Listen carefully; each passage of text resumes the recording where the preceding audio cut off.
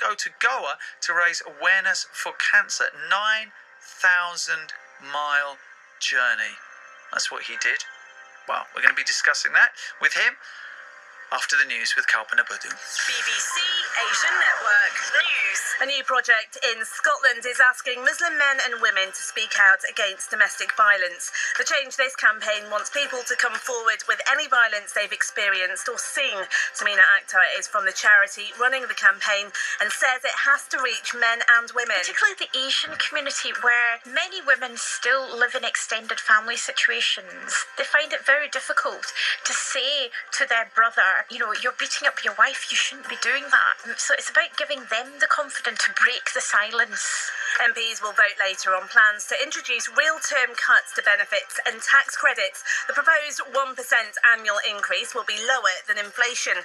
The Work and Pension Secretary Ian Duncan-Smith argues the changes are about fairness to taxpayers, but the Labour leader Ed Miliband says the move will affect more working families than those who are out of work. We're going to be voting for real welfare reform to put people back to work, but we're going to be voting against a tax on strivers, a tax that is going to be hitting people who are working hard, who are getting help in work at the moment, and are going to see it reduced as a result of this bill. Officials in Pakistan say missiles fired by US drones near the Afghan border have killed 7 suspected militants. More than 24 people have been killed in the region by drone attacks since the start of the new year.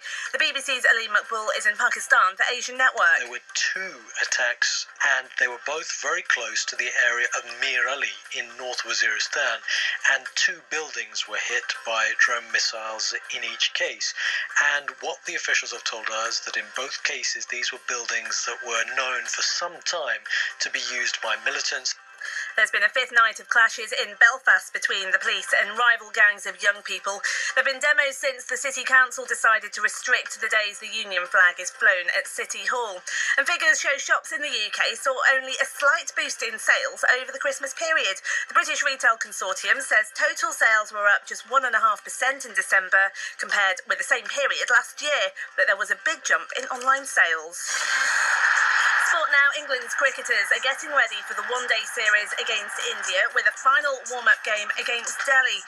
Skipper Alistair Cook's back after missing the last game with a cold. A hero's welcome for Pakistan's cricketers after their one-day series win in India. Hundreds turned out at Lahore Airport to see the team return with a trophy, and Everton will play Bolton or Sunderland in the 4th round of the FA Cup after beating Cheltenham 5-1 last night. Asian Network News and Sport, more at midday. On digital TV, online and on your mobile. BBC Asian Network. And very good morning to you. You know what, I just put a tweet out which just basically read, oh, like that, because I just needed to vent.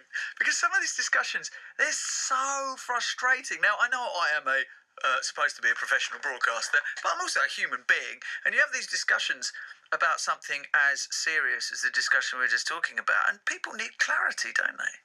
You need clarity in your lives, so you can turn around to people who say that it's justifiable to beat my wife and tell them that they are an utter, total, moronic, violent idiot.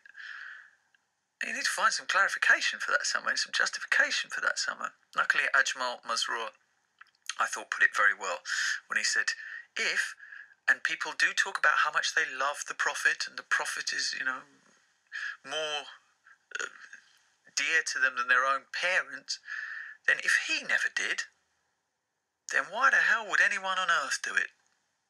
And that's probably the bottom line, isn't it? Anyway, let's move on.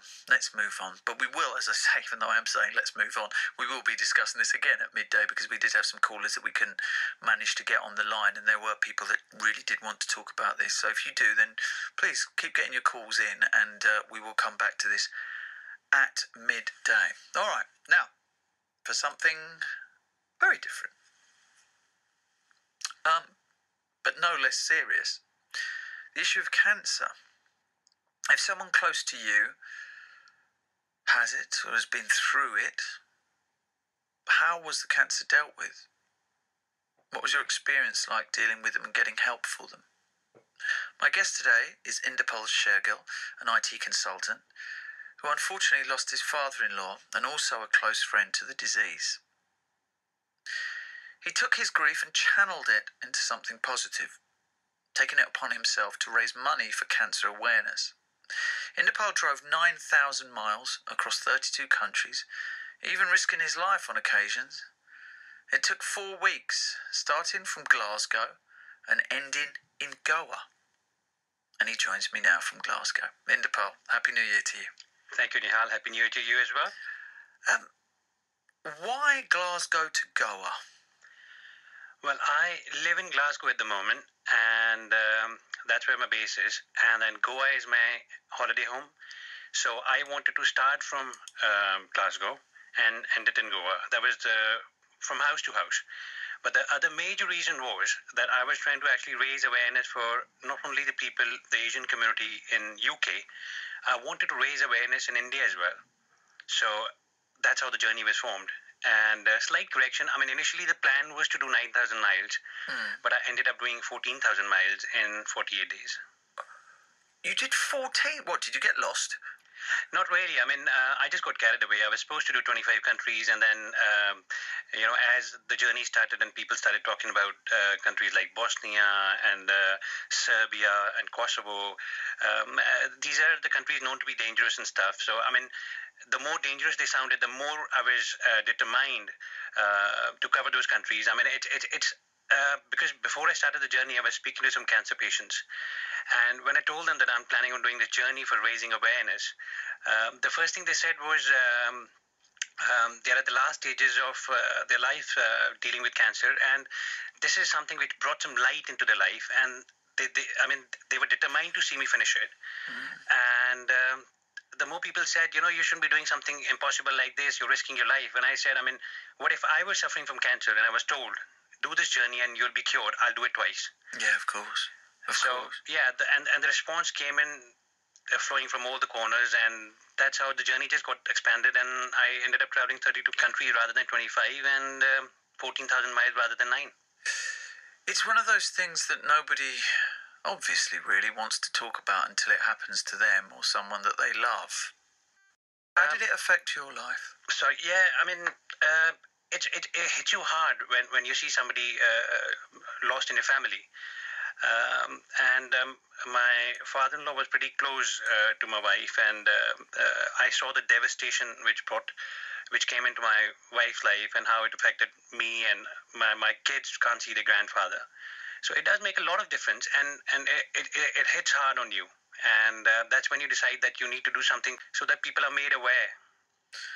What do you think the Asian community's attitude is towards cancer? Do you think it differs from the wider British community's attitude towards cancer? Are Asians less likely to talk about it? Yes, initially when I was in touch with the Asian community, mostly people do get back. They do investments. How the Indian economy is boomed. People do investments in India. They keep talking to the relatives back home, getting the prices of properties and investments and stuff. Nobody ever speaks about how GPs here send them letters that you need to regularly get your cancer screening done once you cross a certain age. And the prevention is the key to the cancer rather than actually the cure. So in England and Canada, there's a lot of prevention that's taken care of. But back home in India, I don't know why people don't speak to the relatives. I went to some of the villages in India. People lost their relatives, and they found out at the end that the person was suffering from cancer. They initially, doctors couldn't even diagnose them. And the way the cancer has been spreading in India, we have been doing regular checkups. I've tied up with one of the cancer organizations called Roko Cancer. And they've been doing the screening 3 out of 100 people in some of the villages. It's so high, it's alarming, and people don't even know about it. So my main aim was that the Asian community, rather than just doing investment back home in India, they should be speaking to their auntie, chache, tai, and let them know that they need to get the screening done. And rather than contributing to their community back home with building gurdwaras, temples, and mosques, what we need to do actually is we need to